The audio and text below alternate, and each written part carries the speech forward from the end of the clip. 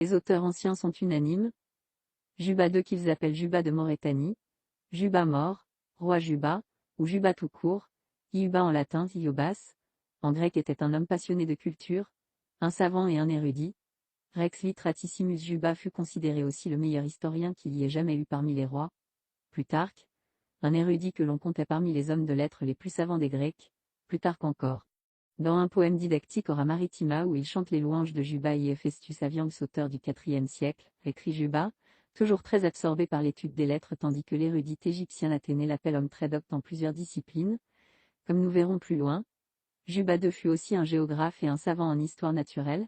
Ses informations, documents et observations, furent amplement utilisées par Pline l'Ancien, qui dans son Naturalis Historia le mentionne environ 38 fois, ainsi que par de nombreux historiens, géographes, érudits, doxographes et compilateurs de manuels de l'Antiquité tels Cornelius Nepos, Plutarque, Ammien Marcellin, Appien, Dion Cassius, Vitruve, Hesychius, Pollux, Athénée, Élien, Dioscoride, Phocius, Galien, Tatien, Clément d'Alexandrie, Strabon, Philostrate, Solin, Flavius Joseph, Stéphane de Byzance et d'autres, sans compter ceux qui en utilisèrent les informations sans le mentionner. Encore aux alentours du Xe siècle, la monumentale compilation encyclopédique byzantine dite de Suda ou Sudas, cite Juba II comme auteur qui écrivit énormément.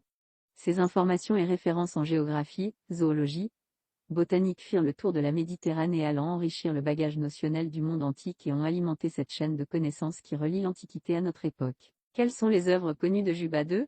Nous en donnons une liste d'après les études de Carole Muller et Félix Jacobi. 1.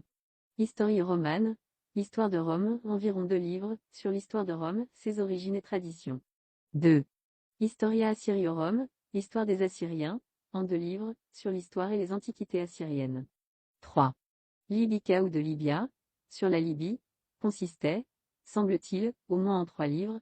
Il traitait de géographie et histoire naturelle, faune, flore, pierre et mythologie dans les légendes d'Héraclès et Diomède, sites, coutumes, peuple. Il décrivait les montagnes de l'Atlas, l'expédition aux îles Canaries, les explorations dans l'Atlas et le long des côtes atlantiques, la quête des sources du Nil, les observations des nombreux animaux dans les panthères, les lions, les ânes sauvages et surtout, les éléphants. C'est le traité qui a été le plus consulté par Pline et les anciens. 4. Arabica ou de Arabia et Vicinis Regionibus, sur l'Arabie et les régions avoisinantes, en plusieurs livres, dédiés à Gaius César fils adoptif d'Auguste. Il traitait d'une foule d'informations sur la faune, la flore, les pierres précieuses, les gens, les villes et les données géographiques d'une vaste région comprenant l'Arabie du Nord et l'Orient, par le golfe Persique jusqu'à l'Inde, la mer Rouge et Égypte méridionale. 5. De Euphorbia herba, sur le forbe, petit traité médicinal sur le forbe, plante du pays des Autololes Maroc par Juba trouvé dans les monts de l'Atlas, dit Pline, et ses caractéristiques thérapeutiques. Un autre petit traité, mentionné par Galien, et signalé par Muller, de Opio, sur l'opium. 6. De Pictura et Pictoribus, autour de la peinture et des peintres en 8 livres. 7. Historie sonique ou de Rebus Sonicis, histoire du théâtre en 17 livres. 7.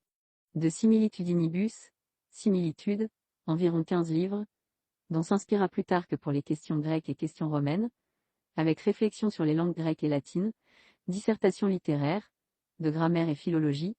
Muller cite aussi un recueil d'épigrammes et physiologica. 10.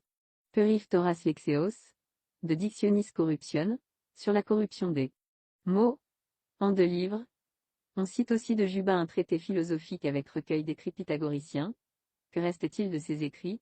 Le goût amer du fragment, l'absence d'une œuvre complète, à moins que de nouvelles découvertes ne mettent à jour des documents inédits. Il ne reste aujourd'hui de Juba de Maurétanie que des fragments plus ou moins longs et des citations chez nombreux auteurs anciens, dont certains ont été ci-dessus mentionnés. Ces fragments ont été repérés et recueillis par Carole Muller. In Fragmenta Historicum Brcorn, Paris 1848. Juba Mauritanus.